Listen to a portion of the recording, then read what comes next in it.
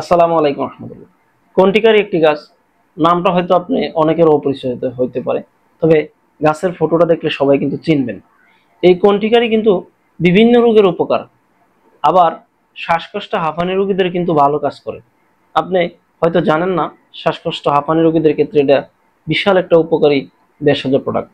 আপনি কন্টিকারী গাছের মূল 10 গ্রাম, সেটা আপনি ব্লেন্ডার করতে পারেন, ছেঁচে নিতে পারেন, শুকিয়ে পাউডার করে নিলে 5 গ্রাম, ওটার ভিতরে 1 চিমটি হিং, বানিয়াতি দোকানে হিং বললেই দিবে, ওখান থেকে 1 চিমটি পরিমাণ দুই হাতে যা 2 আঙ্গুল মিক্স করলে 1 চিমটি যা ওঠে, এই হিংটা মিক্স করে আপনি দৈনিক 2 বেলা সেবন করবেন ভরা পেটে। আপনি দেখবেন 2 সপ্তাহ সেবন করলেই আপনার হাঁপানি অনেক নিয়ন্ত্রণে চলে আসছে।